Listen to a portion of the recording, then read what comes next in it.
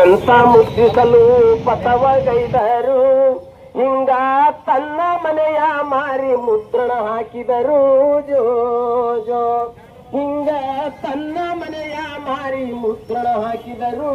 ಜೋ ಜೋ ವಕೀಲ ವೃತ್ತಿಗೆ ನೀರು ಬಿಟ್ಟರು.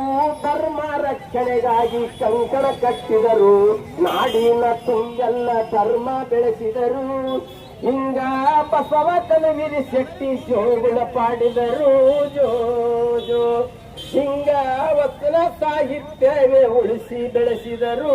ಜೋ ಜೋ ಹಿಂಗ ವಚನ ಸಾಹಿತ್ಯವೇ ಉಳಿಸಿ ಬೆಳೆಸಿದರು. ಜೋ ಜೋ ಜೋ ಜೋ ಎಂದು ಸ್ಮರಿಸಿ ಬಸವ ಶಿಶುವಿಗೆ ಜೋ ಎಂದು ಕರೆಸಿರಿ ಪಗು ಹಳಕಟ್ಟಿಗೆ. ಹಿಂಗ ಜೋ ಎಂದು ತೂಗಿರಿ ವತನ ಪಿತಮಗೆ. ಜೋ ಜೋ ಹಿಂಗ ಜೋ ಎಂದು ತೂಗಿರಿ ವತನ ಪಿತಮಗೆ.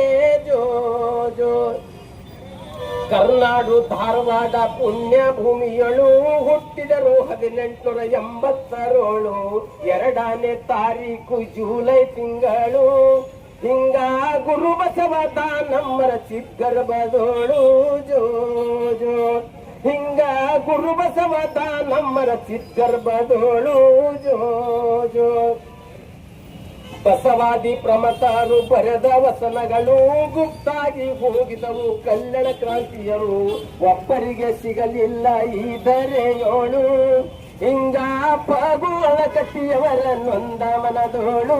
ಜೋ ಜೋ ಹಿಂಗ ಪಗು ಹಳಕಟ್ಟಿಯವರ ನೊಂದ ಮನದೋಳು. ಜೋ ಜೋ